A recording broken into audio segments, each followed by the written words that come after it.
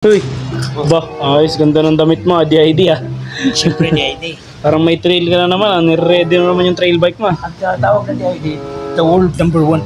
The world's number one. Kita ko kasi. Ay, akala ko. Siyempre, the world number one motorcycle. Hindi, siyempre, noon pa man talagang nung nakaranas ako ng muntik ng mapatal accident, yun dahil sa kadena. Tuloy na, medyo nag-alangan ako magkabit ng Mga copy.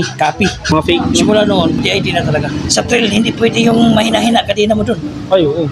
Hatakan yun dun. Kaya tinan mo, may mga baon ako mga lock. Ah, mga lock ng kadena. Oo, ayan, mga baon ako ng lock. Ibaon ka niyan. Walang tindahan doon sa bundok. So kailangan ang kadena mo doon matibay. Hindi pwedeng maasahan. Kasi pag tinatamaan ng puro putik yan eh. Oh. Kaya lang matibay. Yun. 4 to 8, yung mga naghahanap ng mga matibay at maasahan kadena. DID. 4 to 8 na DID.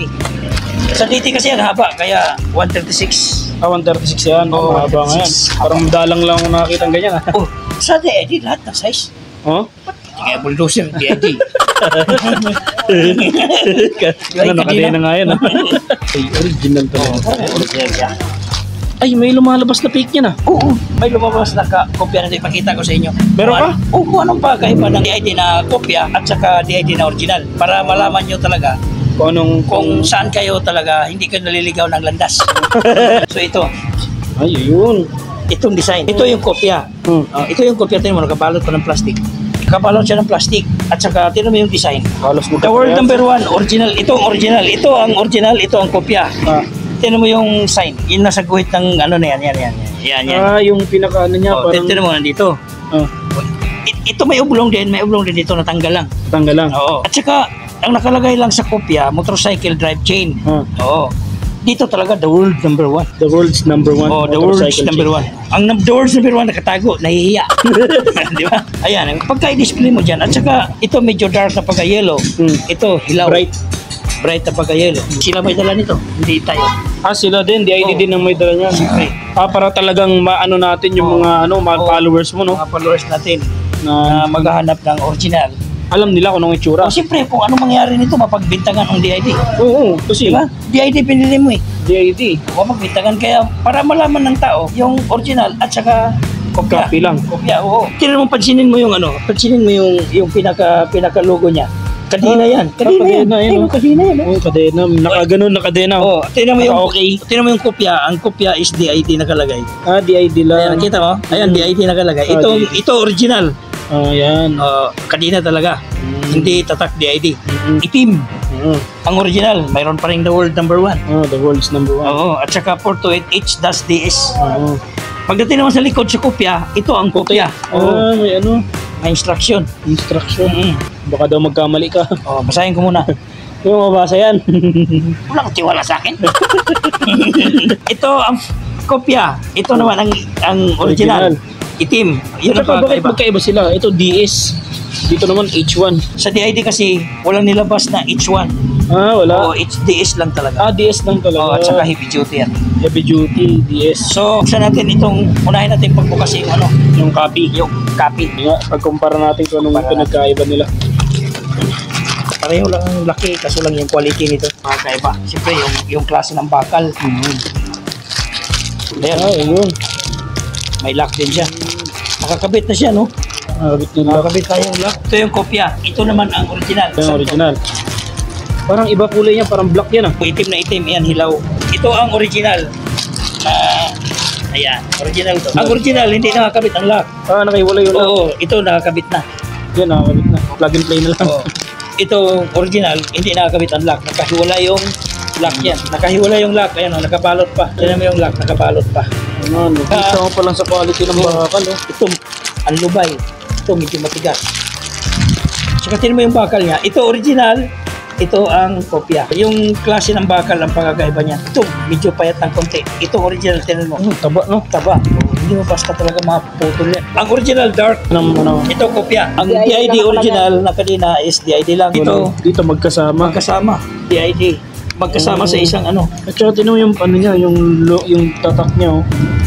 Parang hindi pantay yung Hindi lang ito ang kadina ng DID. Sa mga maluho, sa mga gustong mahilig sa mga gold-plated. Yung mga ginto.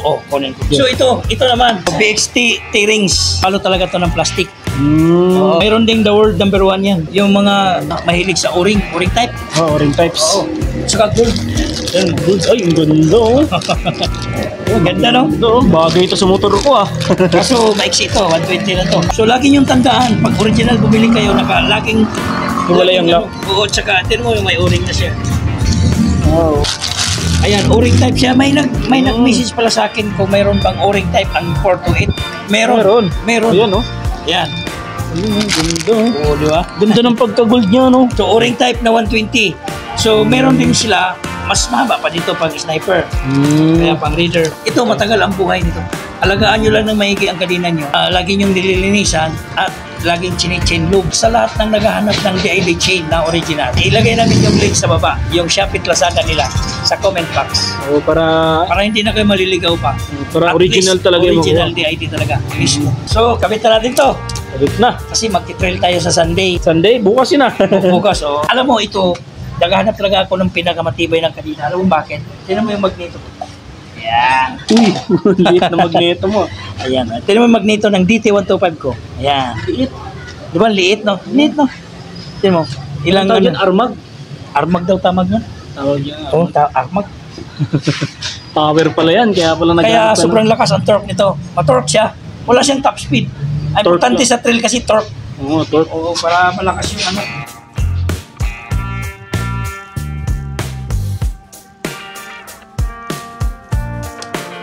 Ayos.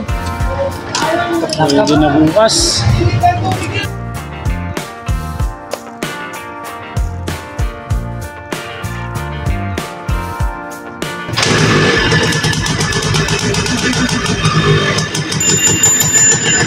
Sino pa?